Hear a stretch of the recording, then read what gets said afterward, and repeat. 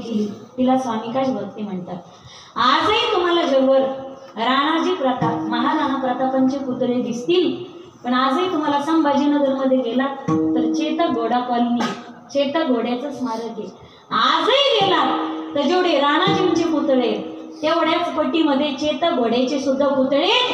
स्वामिकाच भक्ती जर कशाला म्हणतात हे विचारायचे असेल तर शोभाच्या वाघ्या नावाच्या कुत्र्याला जाऊन विचारा आणि राणाजी प्रतापांच्या चेतक नावाच्या घोड्याला जाऊन विचारा, तुमच्या लक्षात येईल स्वामिकाच कशाला म्हणतात। कशाला म्हणतात स्वामिकाच? राजे पालखीत बसा आणि गडावर प्रस्थान करा। नाही हो बाजी, तुम्ही आमचे सवंगरी आहात, एकट्याला संकटात सोडून गडावरती जाणार नाही हो बाजी। नाही हो राजे, हट्ट करू नका।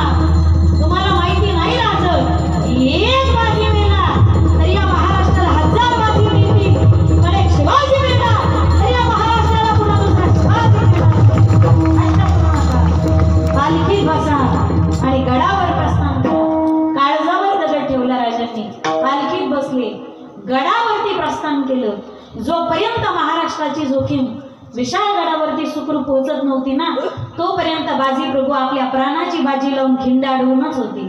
हात तुटेपर्यंत आणि धड खाली पडेपर्यंत रक्ताच्या थारोळ्यात पडले तरी श्वास थांबायला तयार नव्हता, कारण कान वाट पाहत होती एकाच आवाजाची, कधी माझ्या राजा गडावर पोहोचतय आणि कधी राजे एकदा तोफांचा आवाज देतात।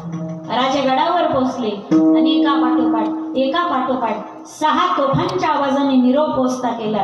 पोहोचले हो बाजी आम्ही, तुमचे उपकार महाराष्ट्र कधी विसरणार नाही हो बाजी।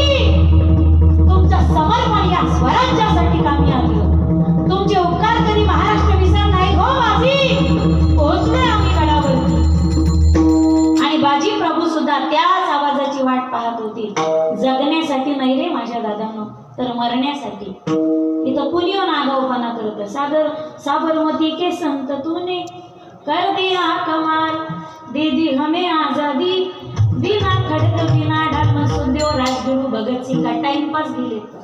ही समर्पणाची भूमी, यह वीरों की भूमि है, शुरों की भूमि, यह अमर भूमि है, समर भूमि है, वीरों की भूमि है, शुरों की भूमि है, शिवाजी की भूमि है, राणा की भूमि है, यह जिजाऊ की भूमि है, सावित्री की भूमि है, यह सरदार की भूमि है, यह किरदार की भूमि है, यहाँ के इरादे अटल है, यह समर्पण की भूमि है। आज हिंदवी स्वराज्य स्थापन झालं ना, आज रक्तपात झाला, अनेक स्त्रिया विधवा झाल्या आणि 18 पगड जातीतील मावळ्याने आपल्या प्राणाचं बलिदान या स्वराज्यासाठी दिलं। त्याच्या समर्पणावरती हे स्वराज्य उभं राहिले।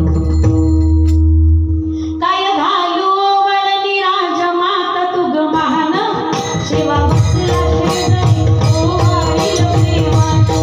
आपल्या एकुलत्या वळाच्या नगराचा अवतार घेऊन महादेव मारुती राजगडावरती पोहोचले आणि राजांनी काही धावता आहे, तानाजी येताय, घाई घाईनं औषधाचं ताट कसं केलं, तानाजीची ओवाळणी केली आणि तानाजीने प्रश्न केला, आऊसाहेब बोला ना, या ताटात ओवाळणी म्हणून काय टाकू आम्ही?